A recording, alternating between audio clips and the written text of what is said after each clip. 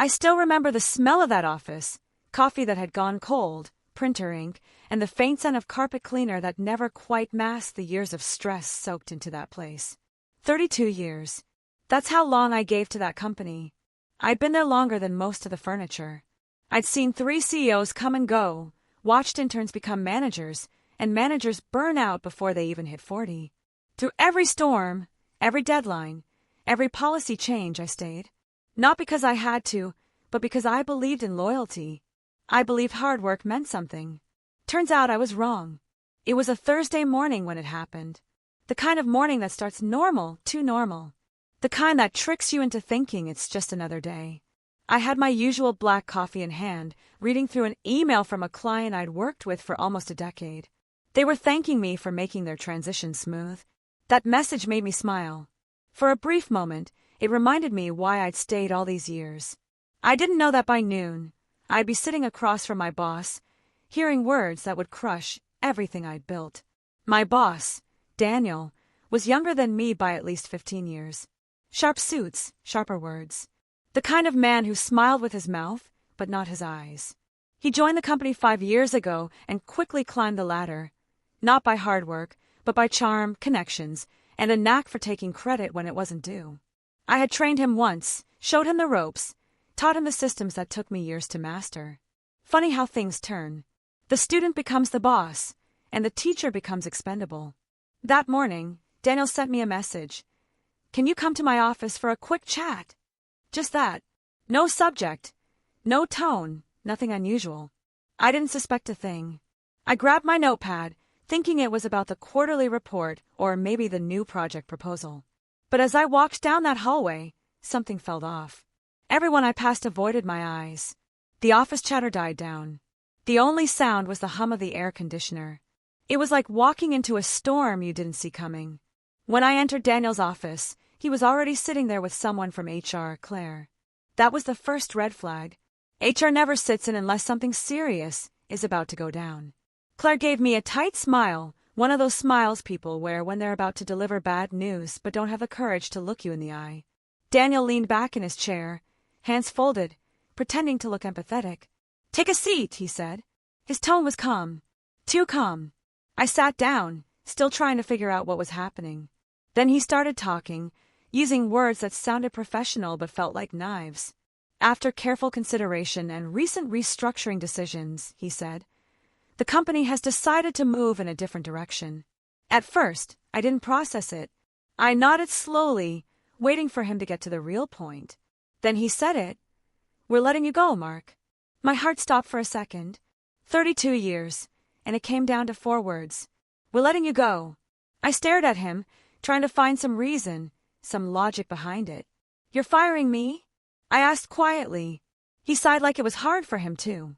"It's not personal. The company's evolving, and your position has been deemed redundant. Think of it as a favor." A favor. That word hit me like a slap. A favor. 32 years of loyalty, and he called firing me a favor? I felt something inside me snap. I wanted to say a lot of things in that moment. I wanted to remind him who trained him, who built the foundation his fancy new strategies were standing on. I wanted to tell him about the nights I stayed late fixing his mistakes, the weekends I sacrificed while he was out playing golf with the board members. But all I said was, "A favor." He nodded, with that fake empathy still plastered on his face. "You've worked hard, Mark. Maybe this will give you time to relax. Spend time with your family. You deserve it. Relax." That's what people say when they're done using you. When they've squeezed out every ounce of effort and are ready to toss you aside like old paperwork. Claire slid a paper across the desk, my termination letter. It was already signed. My hands shook as I picked it up. I saw the official language, the polite phrasing that hid the cruelty. "Your services will no longer be required effective immediately." I don't even remember standing up. I just remember the silence. The kind that follows betrayal. I walked out of that office, past the same people who once respected me, past the desks I'd helped fill with success stories. No one said a word. Some looked down, others pretended to type. That's how offices work. Loyalty is a myth, and silence is survival. When I got home that evening, my wife could tell something was wrong. "What happened?" she asked softly. I just handed her the letter. She read it slowly, her eyes filling with tears. "After all these years," she whispered. I nodded. He said it was a favor. That night, I sat in my study, staring at the wall. I couldn't sleep. I kept replaying his words. A favor. The more I thought about it, the more I realized he wasn't just firing me. He was trying to humiliate me, to make it sound like I should thank him for ending my career. But the thing about loyalty is, it cuts both ways. When you give your life to something, you know every secret, every flaw, every hidden corner. I kept a lot of things quiet over the years. Things that could have ruined reputations. I'd covered mistakes, fixed books, and signed off on reports that didn't quite add up, but always under orders. Orders that came from Daniel himself. At first, I told myself to let it go. Move on. Find peace. But as days passed, and the company released a public statement saying my departure was mutual, something inside me refused to stay silent. They took everything from me, my dignity, my reputation, my livelihood, and they thought I'd just fade away quietly.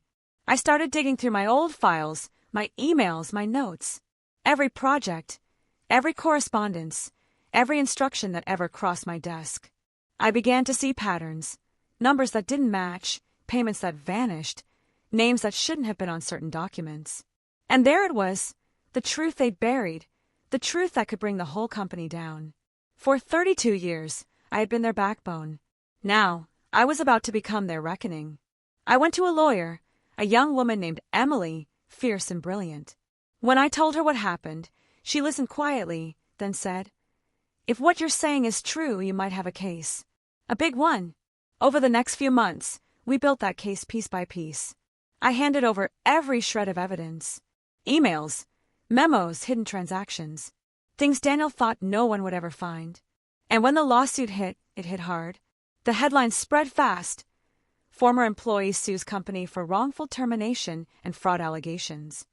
Daniel tried to play it cool, calling it baseless and disgruntled exaggeration. But the truth has a way of catching up. Court after court, document after document, his mask started to crack. And then came the verdict. The company was found guilty, not just of wrongful termination, but of manipulating accounts, falsifying reports, and defaming an employee to cover it all up. The court awarded me $77.4 million in damages. The same man who called my firing a favor had to watch me walk out of that courtroom a free, vindicated man. But that's not where the story ends. Because victory doesn't erase betrayal. It only exposes it. I didn't celebrate. I didn't gloat.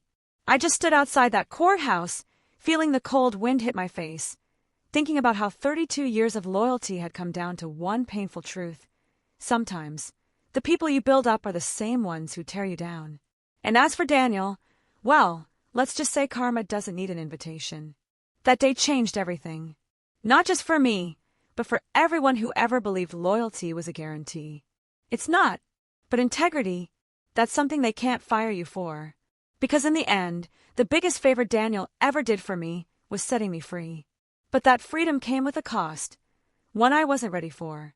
Because just when I thought it was over, I found something in my inbox that made my heart stop. An unsigned message. One sentence. "You don't know the whole story yet." For a long moment, I just stared at that message on my screen. You don't know the whole story yet. There was no sender name, no signature, just those words in plain text. It came from an anonymous email address that looked like a jumble of random letters and numbers. My first thought was that it had to be a prank, maybe someone from work trying to stir things up after the court verdict. But something about the timing felt strange. The email arrived just hours after the decision was announced. It wasn't public yet, not officially. So how would someone outside the courtroom even know? I leaned back in my chair, my laptop light flickering across the room. It had been months since I stepped into that office, but the memories still clung to me.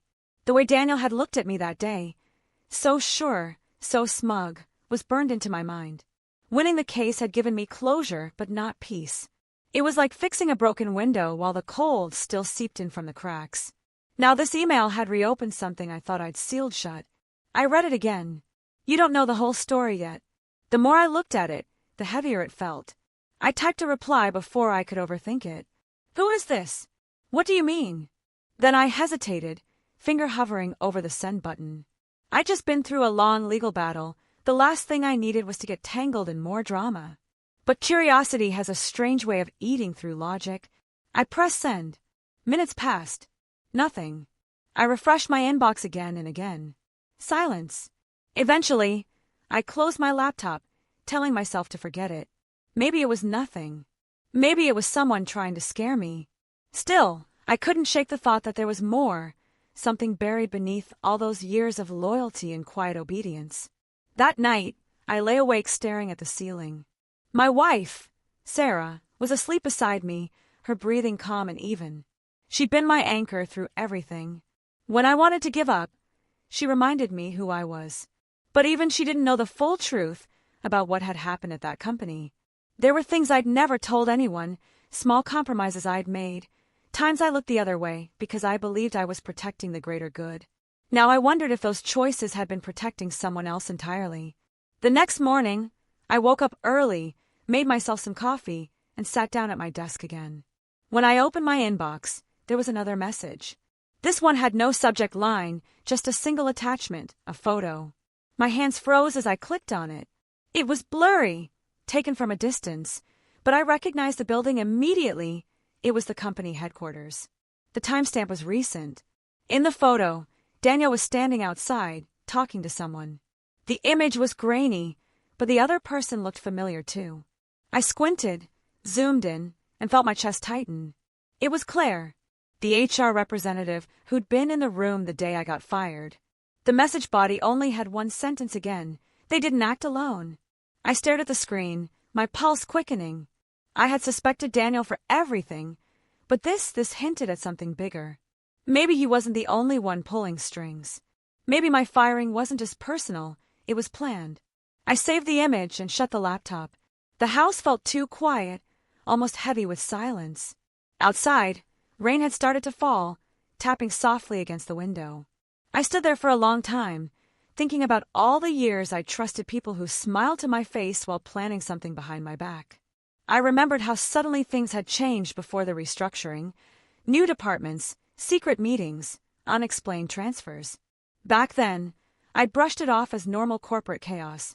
But what if it wasn't? By afternoon, my mind was spinning. I called Emily, my lawyer, just to get a reality check. When she picked up, her voice was warm as always. "Hey, Mark. You okay? I got a strange email," I said slowly. "Twice, actually. Anonymous. First one said I don't know the whole story.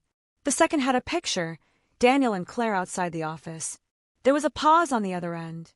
That's unsettling," she said finally. "Could be someone trying to intimidate you, maybe to stop you from digging further." "Digging into what?" "The case is over." "Maybe not for everyone," she said quietly. "Sometimes people get nervous when truth comes out. Maybe you found more than you realize." Her words lingered after I hung up. Maybe I had uncovered more than I thought. Maybe the lawsuit had only peeled back the first layer. That evening, I took out one of my old storage drives. I hadn't looked at those files in years. Most of it was archived data, project notes, transaction logs, old reports. I scrolled through folder after folder until something caught my eye, a series of encrypted documents marked executive use only. They weren't part of the files we'd used in court. I must have copied them years ago without realizing their importance. When I clicked one, it asked for a password. I tried a few guesses, but none worked. I sighed and leaned back. The glow of the screen reflected in my coffee cup. What if the person emailing me knew what was in these files? What if that was what they meant by not knowing the full story? My phone buzzed, breaking my train of thought. It was a text from an unknown number. "Check your mail tomorrow. You'll find what you're looking for." Now I wasn't sure if I should be scared or intrigued. Someone clearly wanted me to keep digging. But why? To help me, or to lead me somewhere I shouldn't go? That night, I barely slept. My mind kept looping between past and present, between trust and betrayal. Every friendly face from my old workplace flashed before me. Who had known? Who had stayed quiet? Claire had always been kind, or at least pretended to be. She'd once told me, "Mark, you're like family here." I believed her. Maybe that was my biggest mistake. The next morning, I opened my front door and found a small brown envelope sitting on the welcome mat. No return address. Just my name written neatly on the front. My hands trembled as I picked it up. Inside, there was a USB drive and a folded note. The note said, "This isn't over. Plug it in, but not on your home network." I looked around, half expecting someone to be watching. The street was empty, just the usual hum of early traffic. My wife was in the kitchen, humming softly while making breakfast. I didn't want to worry her, so I slipped the envelope into my jacket pocket. Later, I drove to a local cafe with free Wi-Fi and an old laptop I didn't use anymore. My heart was racing as I inserted the USB drive. A single folder appeared, titled Project Seraph. Inside were documents, spreadsheets, and internal memos. The first file I opened was an email exchange between Daniel and another executive, someone named L. Carter. The messages were short but clear. They were planning the layoffs months before the restructuring announcement, and my name appeared on one of the lists. Next to it, a note: ensure removal after audit. Keep quiet about previous transactions. My throat went dry. Previous transactions. The same phrase that had appeared in those encrypted documents on my old drive. They'd gotten rid of me not because I was redundant, but because I knew too much. I scrolled further. One document mentioned offshore accounts, fake invoices, and board members' approval. My head spun as I read line after line of corruption hidden under corporate jargon. Then I saw something that made me freeze. An attached image, a scanned contract with my signature on it. Except I never signed it. It authorized a transfer I knew nothing about. They had forged my name, used me as a shield in their dirty work. Suddenly, every sleepless night, every strange look from co-workers, every quiet meeting made sense. They hadn't just fired me, they'd framed me before cutting me loose. The cafe noise faded around me. I sat there, staring at the screen, realizing this wasn't about revenge anymore. It was about survival. Someone had gone to great lengths to make sure I stayed silent. But now I had proof. I shut the laptop, took a deep breath, and looked out the window. The rain had started again, heavier this time, blurring the world outside. I knew one thing for sure. Whatever story I thought I knew, it was only the beginning. And as I slid the USB back into my pocket, my phone buzzed once more. Another anonymous message. "They're watching you now." For a long moment, I couldn't move. The message glowed on my phone screen, short but enough to make my stomach tighten. "They're watching you now." The words looked harmless, but they carried the same quiet threat as a ticking clock. I glanced around the cafe. People were chatting, typing, laughing, but suddenly, every pair of eyes felt suspicious. I closed the laptop and slipped it into my bag, pretending to act normal while my pulse raced. When I stepped outside, the rain had stopped, leaving the pavement slick and shining. I walked toward my car, my eyes scanning reflections in shop windows. I didn't see anyone following, but the unease wouldn't leave. Whoever was behind these messages knew too much about me, about the company, about what I discovered. And if they had access to those files, they had access to everything. I sat in my car for a while before driving home. The USB was still in my pocket, and I kept touching it as if to make sure it was real. My thoughts raced between fear and anger. Part of me wanted to take it straight to Emily and hand everything over. Another part of me knew that once I did, I might never get another chance to understand what really happened. When I got home, Sarah met me at the door. She looked worried. "You're pale," she said. "Are you okay?" I forced a smile. "Just tired. Needed some air." She hesitated, like she wanted to ask more but didn't. That was one of the things I loved about her. She always gave me space when I needed it. Still, I could tell she sensed something deeper. That night, I locked my study door and went through the USB files again on the old laptop, offline this time. The documents were detailed: names, account numbers, fake projects, and even travel records. There was one entry that caught my eye: Project Seraph, Phase 2, Post-Termination Management. The notes below it mentioned containment, media control, and legal diversion. I didn't fully understand what it meant, but the words made my skin crawl. It sounded like they'd planned exactly how to silence anyone who got too close to the truth. I kept scrolling, and that's when I saw a familiar name, Claire. She was listed under Compliance Liaison. Next to her name was a note: Finalized Mark HS exit narrative. Status executed. The phrasing was cold, mechanical. I read it again and again, my hands trembling. Exit narrative. That wasn't about firing me. That was about erasing me.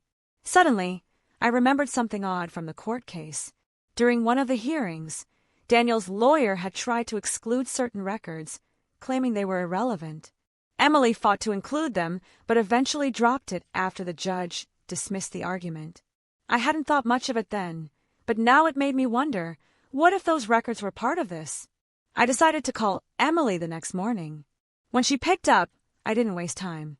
Emily, I found something. Files from the company. They're about me, about how my termination was staged. She was silent for a moment. How did you get these?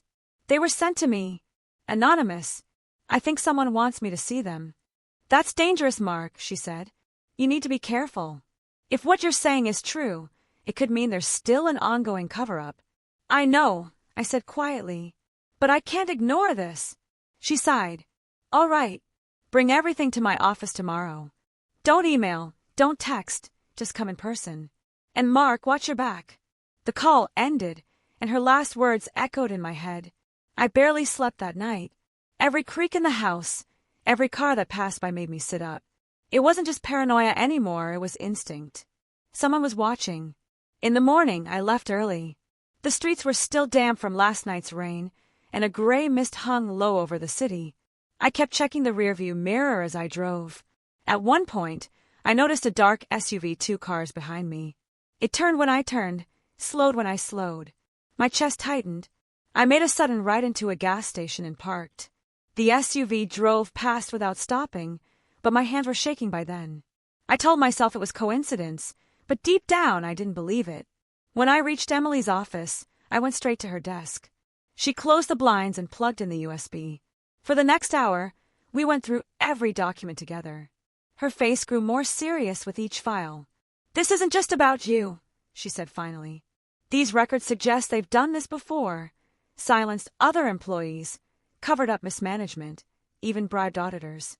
So what do we do? She leaned back, thinking.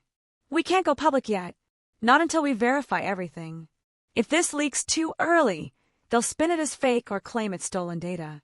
We need proof from someone inside. Someone like Claire, I said quietly. Emily nodded slowly. If we can find her. That was the problem. After my firing, Claire had disappeared. Her number was disconnected, her LinkedIn deleted. It was like she'd vanished. But someone had taken that photo of her and Daniel recently. So she was still out there, somewhere. That evening, I called an old coworker, Peter. He'd been in the IT department and was one of the few people I still trusted. When I asked if he'd heard anything about Claire, he hesitated. Mark, you didn't hear this from me, but Claire's been in contact with someone from accounting. She's scared, said she made a mistake and doesn't know who to trust. Do you know where she is? Last I heard, she moved out of the city, some small town near the coast. But listen, if she's scared, it means this goes deeper than you think. Be careful. After that call, the weight of everything felt heavier. If Claire was running, it meant she knew something dangerous. Maybe she was the one sending me the messages. Or maybe someone else was using her name to lure me in. Days passed, and the tension grew thicker. I kept getting short, cryptic messages. Don't trust her. They're closing in. Find the audit trail. Each one left more questions than answers. The more I tried to piece things together, the more it felt like the ground beneath me was shifting. Meanwhile, strange things started happening. My mailbox was open one morning. My trash cans were moved. Once, I found a car parked across the street that drove off the moment I stepped outside. Sarah noticed too, but I told her not to worry. I didn't want her pulled into this. One night, while she was asleep, I sat in my study going over the files again. My eyes landed on one name that appeared several times, L. Carter. I'd seen it before in emails, approvals, and directives. Yet I couldn't recall ever meeting anyone by that name in my 32 years at the company. Curious, I searched online, but nothing came up. No LinkedIn, no articles, no public records. It was like the name didn't exist. Just then, my phone buzzed again. A new message, same anonymous number. This one had only 2 words. Carter knows. My hands turned cold. Whoever this was, they were pushing me toward something. Maybe toward the truth, or maybe into a trap. I leaned back, exhausted but unable to stop. For years, I'd thought loyalty was the foundation of everything I'd built. Now it felt like that loyalty had blinded me to the rot growing underneath. The same people I'd trusted had used me, framed me, erased me. But if they thought I'd stop now, they didn't know me at all. I looked out the window. The sky was dark, but a faint light flickered in the distance. Maybe a car, maybe something else. Either way, I knew one thing. This wasn't over. Not even close. Because the real story, the one buried beneath lies and power, was only just beginning to show itself. And whoever was hiding behind those messages wanted me to find it. The only question left was, why? The night stretched endlessly, heavy with silence and the faint hum of the clock on the wall. I sat there staring at the message on my phone, the words, "Carter knows," pulsing in my mind like a warning light. It felt like the air in the room had grown colder, as if even the shadows were listening.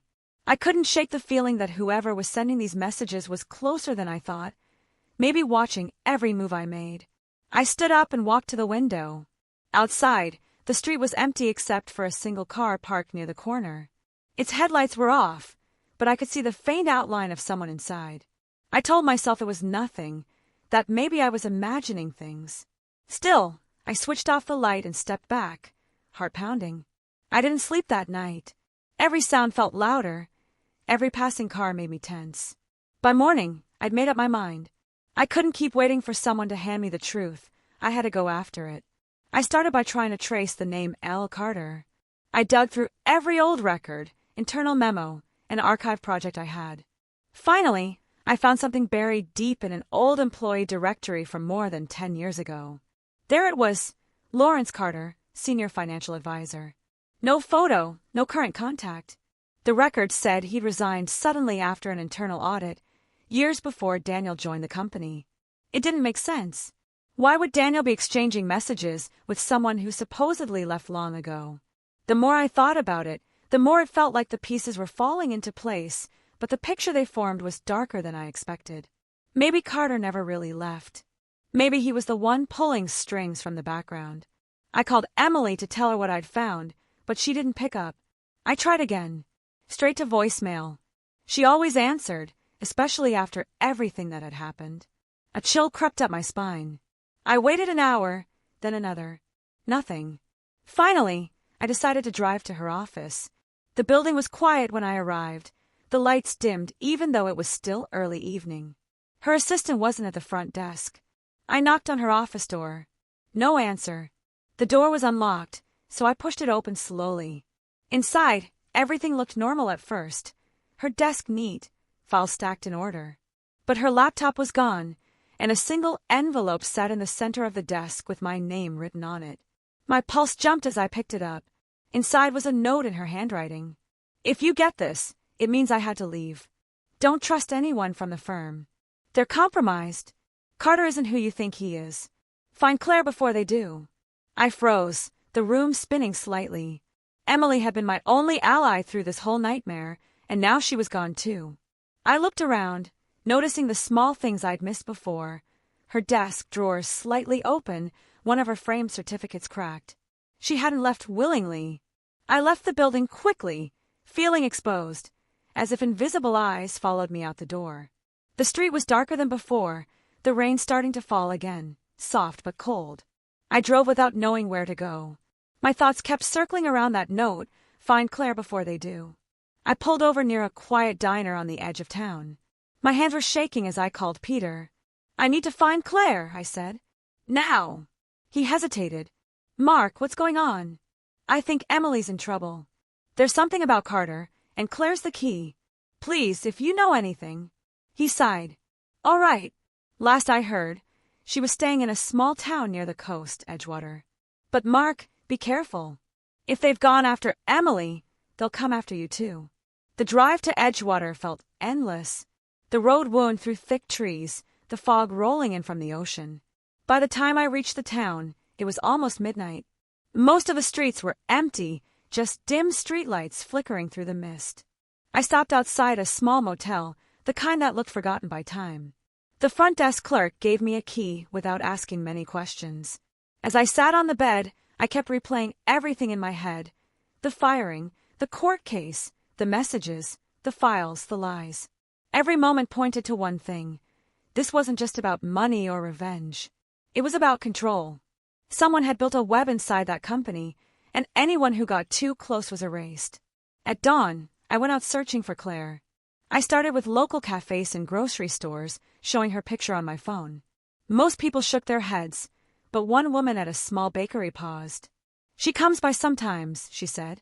"Quiet lady, always looking over her shoulder.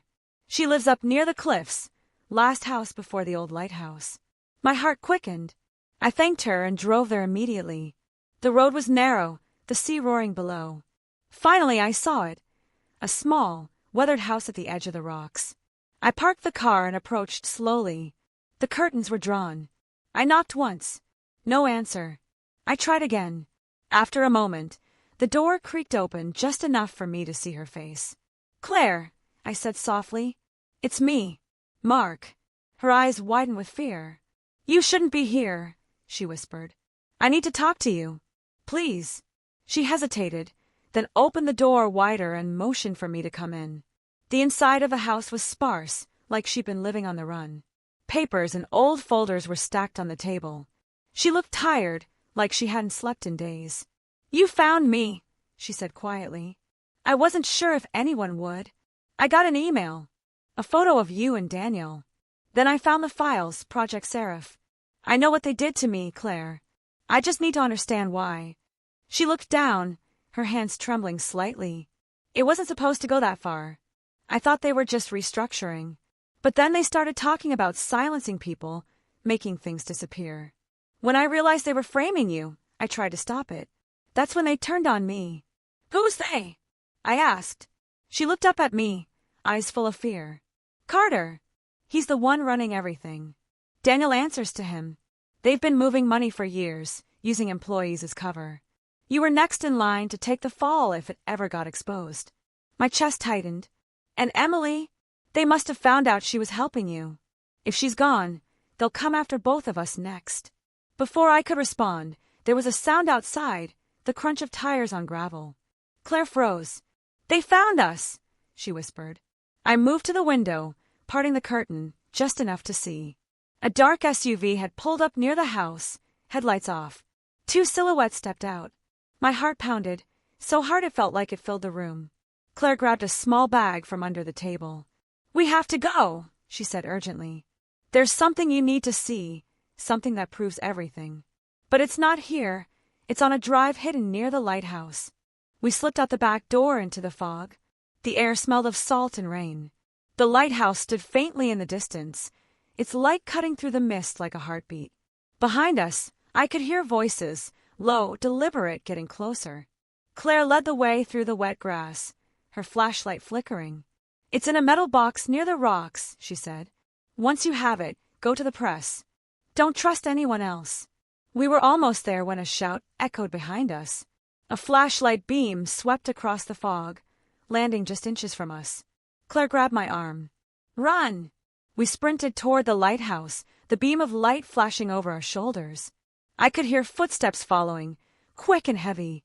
My lungs burned, the cold air cutting through me. Claire stumbled but didn't stop.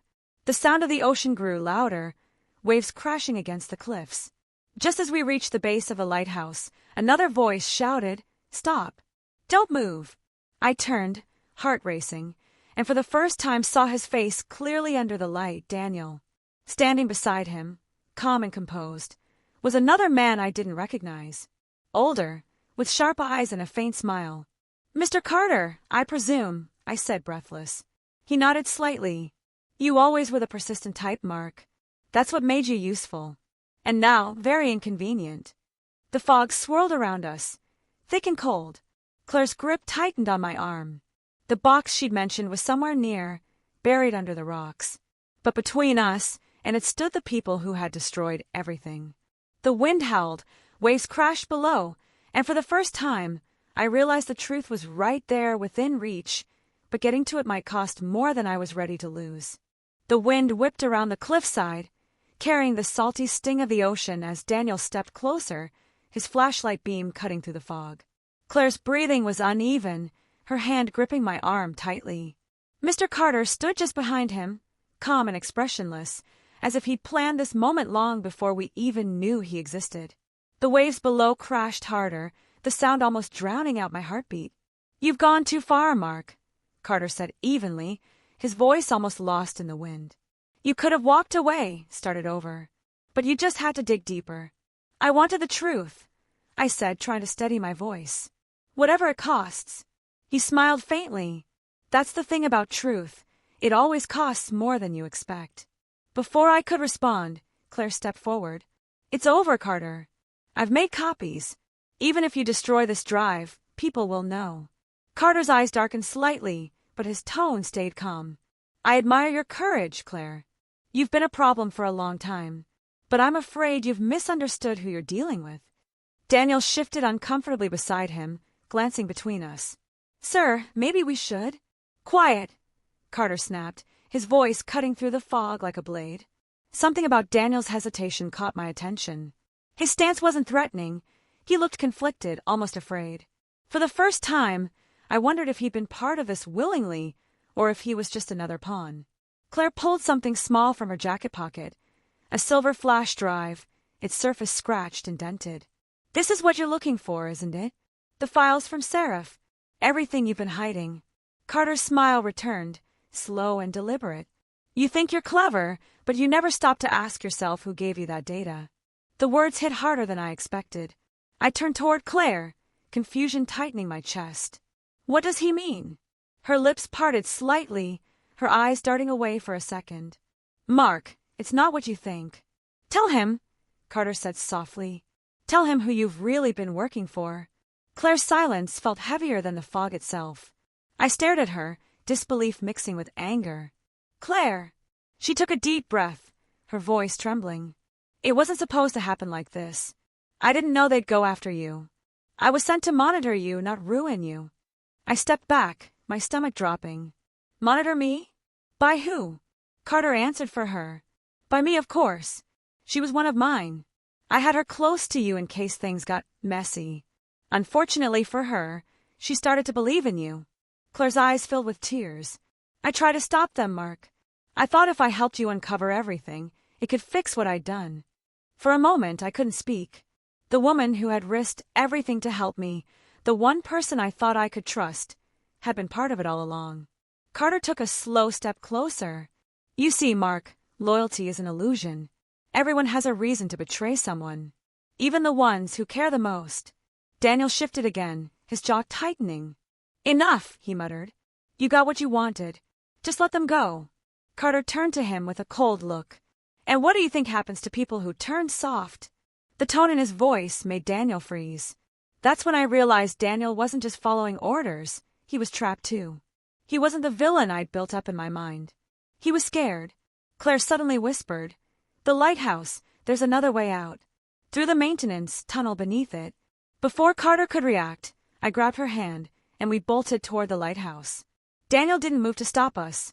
Instead, he turned slightly toward Carter, as if finally defying him. The old lighthouse door groaned as we pushed it open. Inside, the air was damp and cold, smelling of rust and seawater. Claire led the way down a narrow staircase, the light above flickering with each gust of wind outside. Behind us, footsteps echoed, faint at first, then louder. "They're coming," I said, my breath quick and uneven. Claire reached the bottom and pointed to a rusted metal hatch. "This leads to the cliffs. There's a boat tied beneath the rocks." We were about to open it when a voice echoed from above. "Mark!" It was Daniel. "Take the drive and go. They won't stop until they have it." I looked up at him, unsure if it was another trick. But then Carter's shout cut through the air, angry, commanding. A single shot rang out, followed by silence. Daniel's flashlight clattered down the stairs, landing near my feet. My chest tightened. Claire gasped, gripping my arm again. "We don't have time. Move." We forced open the hatch, the smell of the sea rushing in. The narrow tunnel led downward toward the crashing waves. Every step echoed with the chaos above. The roar of the ocean grew louder, the wind tearing at our clothes. I could barely see, but the faint beam from the lighthouse cut through the mist just enough to guide us. When we finally reached the rocks, Claire stumbled to her knees, clutching the flash drive close to her chest. This is the last copy," she said breathlessly. "It has everything, every name, every transaction. If we can get it out, it's over." But before I could respond, a voice came from behind us. Steady, calm, too close. "You're not going anywhere." Carter stood at the edge of the tunnel, the fog swirling around him like smoke. His suit was soaked, his expression cold but composed. He wasn't alone. 2 figures emerged beside him, both holding flashlights. Claire stepped in front of me, hiding the drive in her coat. "You won't win, Carter. Even if you take this one, there are backups." He gave a short laugh. "You still don't understand, do you? There are no backups. The files you think you have, they're mine. I let you have them to see how far you'd go." My mind spun. "You planted them?" "Of course," he said simply. "You were useful, Mark. You drew out the ones who might have turned on me. Claire, Emily, even Daniel. They all revealed themselves because of you." The realization hit like a punch. Every step I'd taken, every discovery, I'd been playing right into his plan. Claire's hand trembled as she whispered, "He's lying. He has to be." But deep down, I wasn't sure anymore. Carter took another step forward. "Hand it over, and I might let you live long enough to disappear quietly." The sound of the waves crashed louder behind us, the mist thickening until everything felt unreal. I looked at Claire, then back at Carter. There was no safe way out, no guarantee that either of us would make it. Then suddenly, a faint glimmer caught my eye, a small red light blinking from the rocks near Carter's feet. Before he noticed, the air shifted. A low hum rose above the wind. Claire's eyes widened. "It's not over yet," she whispered. Carter frowned. "What is that?" And then, from somewhere above the cliffs, a drone searchlight cut through the fog, its camera lens glowing as it descended, focusing directly on him. He looked up, startled for the first time. "Who sent that?" The drone speaker crackled to life, and a voice echoed through the night. "This is a live feed, Carter. The world's watching." Carter's calm expression broke, replaced by something sharp. Panic, anger, disbelief. Claire clutched my hand tightly as the light grew brighter, sweeping over the rocks and sea. The truth was finally out in the open, or so it seemed. But deep down, I knew Carter wasn't the type of man to lose control easily. He always had another move. And whatever came next, it would be his most dangerous one yet. The drone's searchlight blinded everyone for a moment, reflecting off the wet rocks and the crashing waves below. Carter froze, his hand instinctively reaching for his jacket, but the bright light made him hesitate. Claire gripped my arm, her voice shaking. "It's broadcasting. Someone's seeing this live." The speaker crackled again, the same firm voice echoing through the mist. "Mr. Carter, every word you've said is being recorded. Step away from them." Carter's calm slipped just for a second. His jaw tightened, and he looked straight at me. "You think this changes anything? You really believe anyone cares?" I didn't answer. I just stared back, realizing that, for the first time, the control wasn't his anymore. The years of silence, the manipulation, the lies, everything he built was crumbling right in front of him. Behind him, the 2 men hesitated. They looked nervous, uncertain. Carter noticed and snapped, "Stand still." But his command had lost its force. The drone hovered lower, the sound of its blades cutting through the tension. Claire pulled the small flash drive from her pocket and held it up to the light. "This is over, Carter. Every secret you buried is about to come out." He took a slow step forward, trying to stay composed. "You still don't understand, do you? That drive." Before he could finish, a bright flare shot from the cliffside behind him, hitting the rocks and lighting up the fog like daylight. Carter spun around in shock. From the shadows emerged 2 men in dark jackets, badges flashing as they approached. "FBI!" one of them shouted. "Drop your weapon and step back." Carter's eyes darted between them, then back to us. For the first time, I saw something I never expected in him, fear. He raised his hand slightly, his confident tone gone. "You don't know what you're doing," he said. "You'll regret this." The agents closed in. One of them grabbed his arm, the other securing the gun from his jacket. His two men didn't resist. They stepped aside quietly, almost relieved. The storm of control that Carter had always commanded was gone, just like that. Claire exhaled shakily, her shoulders trembling. I could see the relief in her face, but also something else, a deep sadness. "It's finally over," she whispered. But before I could reply, the drone descended closer, and I heard the operator's voice again. "Mark, Claire, don't move. The area isn't secure." That's when I noticed it, the small red light blinking under the rocks near where Carter had been standing. It wasn't the drone's reflection. It was something else. A faint beeping started to rise beneath the sound of the waves. Claire's eyes widened. "Oh no, he didn't." The explosion hit before she could finish. The ground shook violently, the air filled with heat and light. The blast threw us backward onto the wet stones.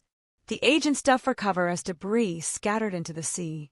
I could barely hear anything but a ringing in my ears.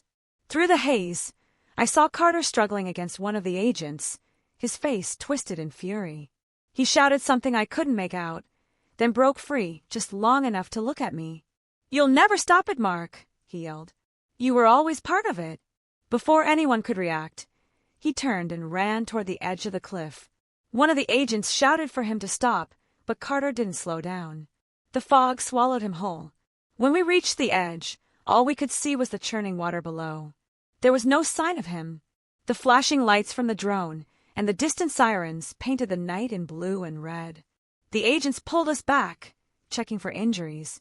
Claire clutched the flash drive tightly, her hands scraped and shaking. "He planted explosives," she said faintly. "He must have set them in case we made it this far." I looked out at the dark water, trying to process what had just happened. Carter was gone. Maybe dead, maybe not. But his empire, the lies, the intimidation, the corruption, it had all finally been dragged into the light. Hours later, we sat in an emergency vehicle near the base of the cliffs. The drone footage had already gone viral. News outlets were replaying it everywhere.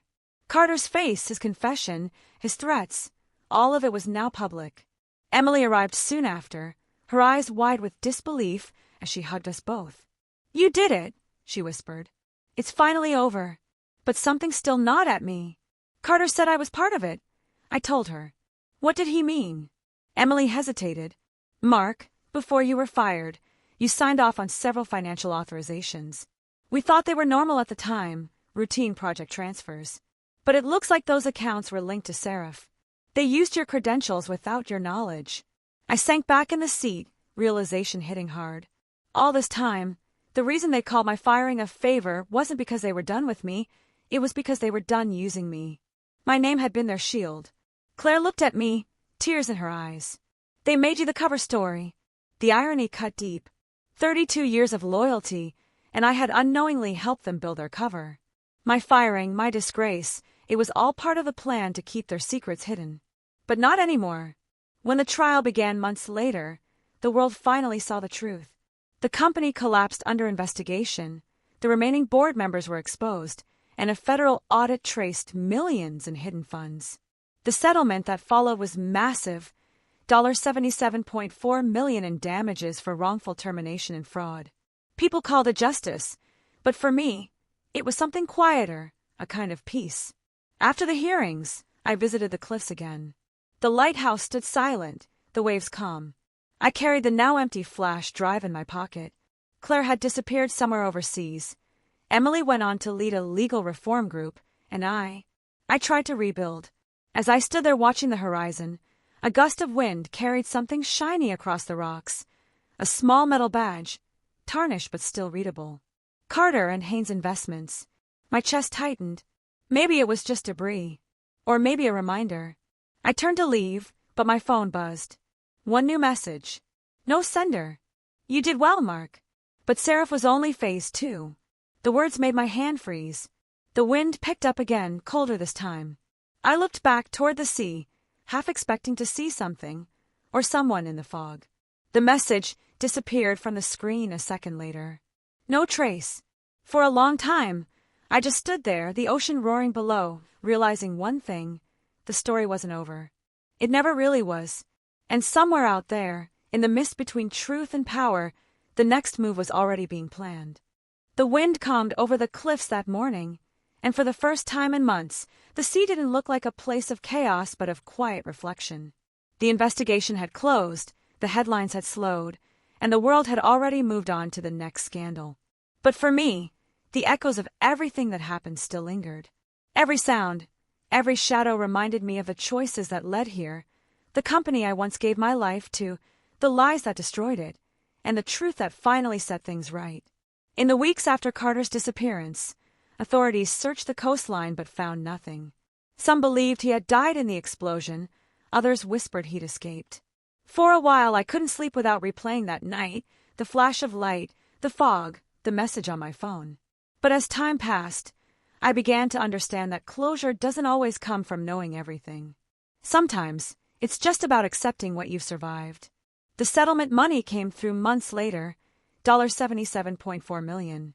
The amount stunned me, but it never felt like a victory. It wasn't just compensation for being fired. It was payment for 3 decades of silence, trust, and loyalty that had been manipulated for greed. When the lawyer handed me the final paperwork, I stared at the numbers for a long time and said quietly, "No amount can buy back those years." She nodded as if she understood, and maybe she did. I didn't rush to spend a penny. Instead, I set most of it aside and used part of it to start something small, something real. A nonprofit that helped employees who'd been wrongfully terminated or silenced by powerful corporations. Emily joined as the legal director, and together we turned it into a movement. Within a year, we'd helped dozens of people fight back, not with anger but with truth. That became my purpose, to make sure no one else was called a favor for losing everything. Claire didn't come back for the press conferences or the settlement hearings. She sent one message from somewhere overseas. "You did it, Mark. Live free now." I think she was trying to find peace in her own way, far from the shadows she once worked in. I didn't blame her. We all made choices we had to live with. She'd risked her life to help me in the end, and that was enough. Sometimes, I still visit the old building, the company's former headquarters. It's abandoned now, its glass windows covered in dust, the once busy lobby silent. I stand outside and remember the early years, when work felt like purpose, when I still believed that dedication meant security. I think about the people who stood beside me, the ones who vanished when things went wrong, and the few who stayed. It's strange how time reshapes everything. What once felt like betrayal now feels like a lesson. What once broke me became the reason I learned to rebuild. Life didn't return to what it was, but maybe that was the point. Maybe it never should. One afternoon, I got a call from a young journalist who'd been following the case from the beginning. She wanted to interview me for a book she was writing about corporate corruption and the price of loyalty. I almost said no, but then she asked, "What made you fight back when everyone else stayed silent?" I paused before answering. "Because silence keeps people like Carter powerful," I said. "And the truth is the only thing that ever breaks that power."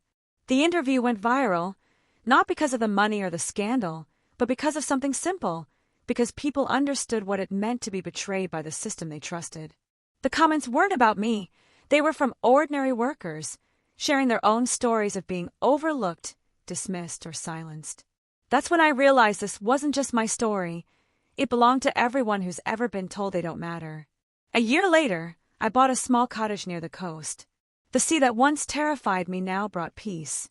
The air smelled of salt and freedom. I started writing again, not reports, not statements, but memories. Real stories of ordinary people who'd found their strength when they thought they'd lost everything. Every morning, I'd walk along the cliffs where it all ended.